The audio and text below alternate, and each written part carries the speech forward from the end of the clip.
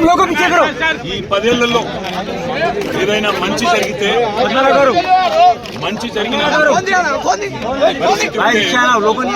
దాని గురించి వివరంగా ప్రజలకు చెప్పాలి, దేశానికి చెప్పాలి.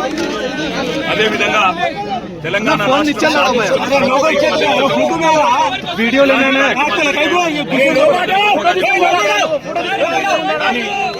ఈరోజు కొత్తగా వచ్చిన ఈ కాంగ్రెస్ రేవంత్ రెడ్డి నాయకత్వంలో మొండిగా ఈరోజు కేవలం ఉద్దేశపూర్వకంగా 10 ఏళ్లలో జరిగిన ప్రగతిని కానీ, 10 ఏళ్లలో జరిగిన మంచి పనిని కానీ, 10 ఏళ్లలో సాధించిన అభివృద్ధిని కానీ ఏది పట్టించుకోకుండా కేవలం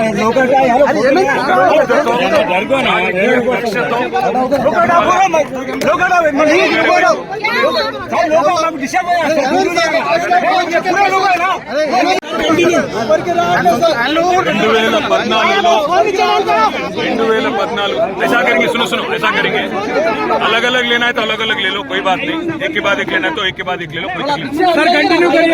10 ఏళ్లలో ఎన్నో త్యాగాలతో, ఎన్నో పోరాటాలతో సాధించుకున్న తెలంగాణలో ఈరోజు దశాబ్ది ఉత్సవాలు నిజానికి ఒక వాతావరణంలో జరగాలి. మరి 10 ఏళ్లలో సాధించిన ప్రగతిని కాదని, 10 ఏళ్లలో జరిగిన పనిని కాదని, అభివృద్ధిని ఒక మొండి వైఖరితో కేవలం కేసీఆర్ గారి పేరు రాకూడదు, కేసీఆర్ గారి పేరు వినపడకూడదు అనే ఒక మూర్ఖపు ఆలోచనతో కాంగ్రెస్ ప్రభుత్వం ఏదైతే గత 10 ఏళ్లలో జరిగిన ప్రగతిని కానరానియకుండా, గత 10 ఏళ్లలో జరిగిన పనిని కానరానియకుండా కొన్ని మూర్ఖపు నిర్ణయాలు తీసుకుంటా ఉంది.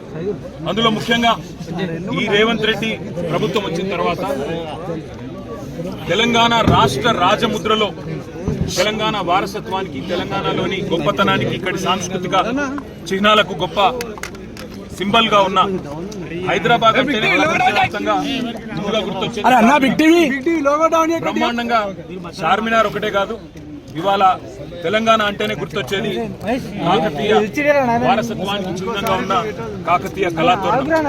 హైదరాబాద్ తెలంగాణకి మొదటి ప్రాముఖ్యత కలిగిన పట్టణం, ప్రాముఖ్యత కలిగిన పట్టణం, సెకండ్ లార్జెస్ట్ సిటీ వరంగల్. అదేవిధంగా ఓరుగల్లు సామ్రాజ్యానికి, అదేవిధంగా మన సాంస్కృతిక వారసత్వానికి కాకతీయ కళాతోరణాన్ని